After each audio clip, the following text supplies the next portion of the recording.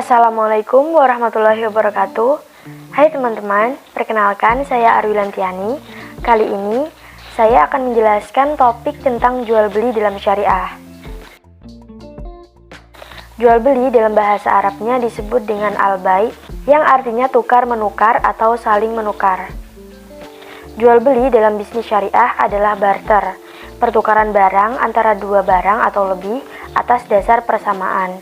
Dengan jual beli, penjual berhak memiliki uang secara sah, pihak pembeli juga berhak memiliki barang yang diterima dari penjual, dan kepemilikan masing-masing pihak dilindungi oleh hukum.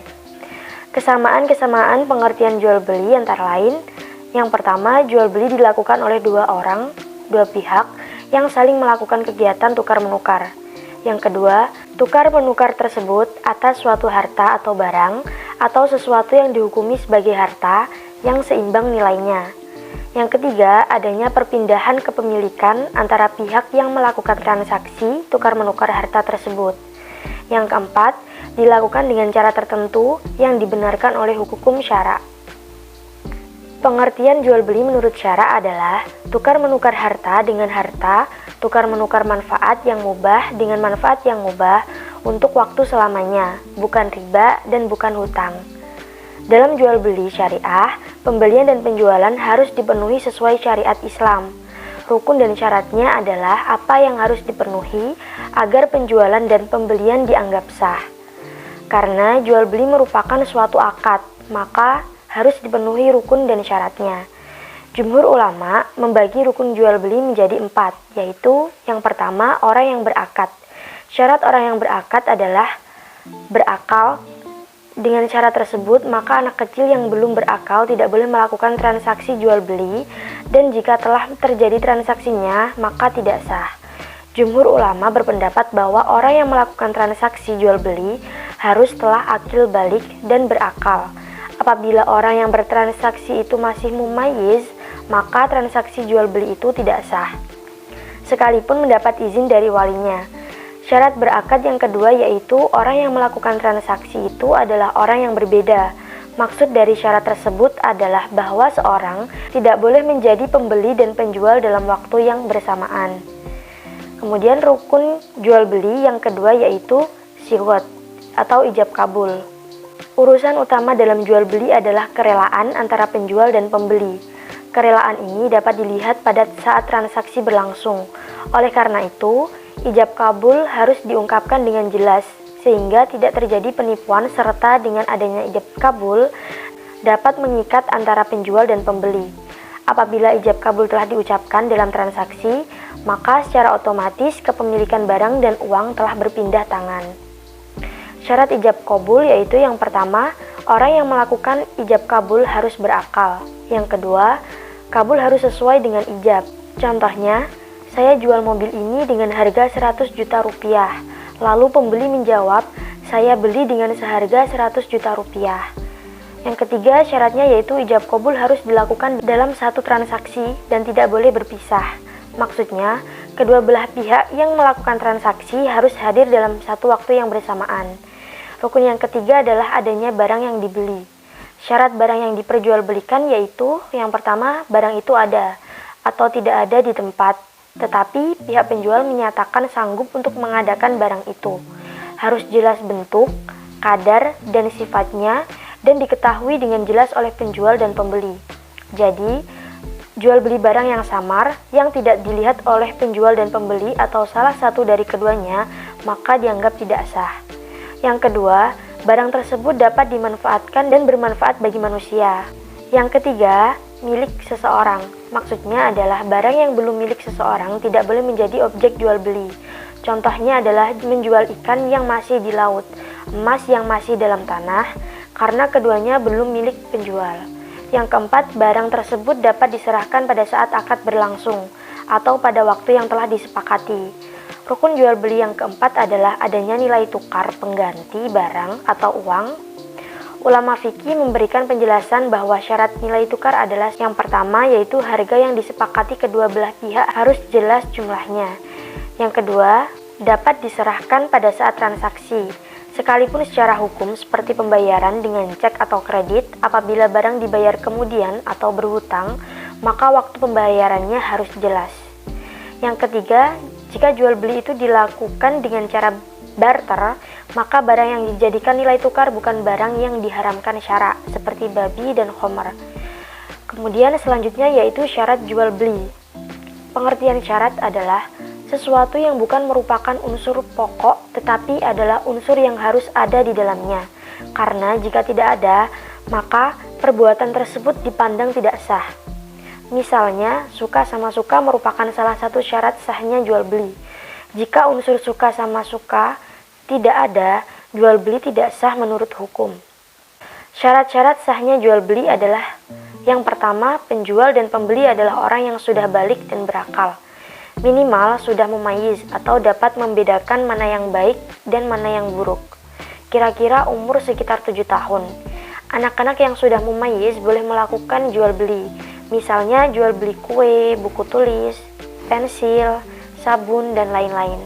Namun demikian, sesuatu yang harganya mahal, anak-anak tidak sah jual belinya kecuali atas izin orang tua atau pengampunya. Misalnya jual beli rumah, mobil, tanah pekarangan, dan lain-lain. Kemudian yang kedua yaitu atas kehendak sendiri, bukan karena paksaan orang lain.